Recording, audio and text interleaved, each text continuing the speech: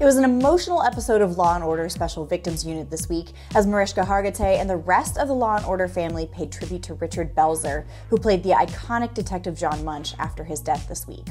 It was a simple but meaningful tribute that came amid a pretty emotional episode, all of which was directed by 𝐒𝐲𝐿 herself. So let's get into King of the Moon. I'm Anna Rumor, and this is Pop Culture Social Call. It was last week's episode, oddly enough, where we got a rare update on where Munch is now. Last I heard, he moved back to Baltimore.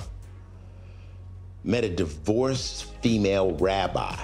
A rabbi? Yeah, and he bought back his old cop bar. But this week, after Belzer's death at 78, the show kept things sweet and simple, like Munch would have wanted.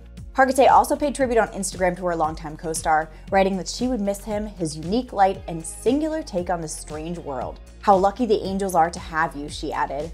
I can hear them laughing already. I love you so very much now and forever. It was a fitting tribute to Belzer, but I hope we get a special episode next season all the way dedicated to Munch.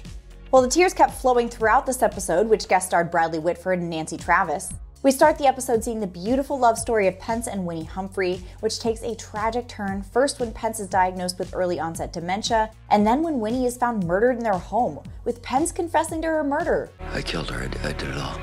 It's then that love story turns into a murder mystery because Benson just doesn't believe this guy killed his wife. His story's changing, his faculties aren't all there, the evidence just doesn't line up. It's once Pence realizes he actually didn't kill his wife that things get even more emotional as he tries to end his own. Luckily, he survives, and the SVU tracks down the clues until they realize Winnie's killer was the nephew of Pence's in-home helper, Virginia. Virginia is quick to help 𝐒𝐿𝐻𝐿 out, identifying Winnie's belongings in her nephew's girlfriend's apartment, and the nephew is quick to crack under pressure, absolving Pence of guilt. She's old. Just died. Now, the episode ends with a touching scene between Benson and Pence as she visits his home and reads him King of the Moon before bed, a book that had special meaning for him and Winnie, and he visits her in his mind once again. Good night. Good night, my new friend. Oh my gosh, once the tears start flowing, they don't stop with this episode. So let me know what you thought in the comments, like and subscribe while you're there, and head over to PopCulture.com for the latest in entertainment news. Until next time, I'm Anna Rumor, and this is Pop Culture Social Call.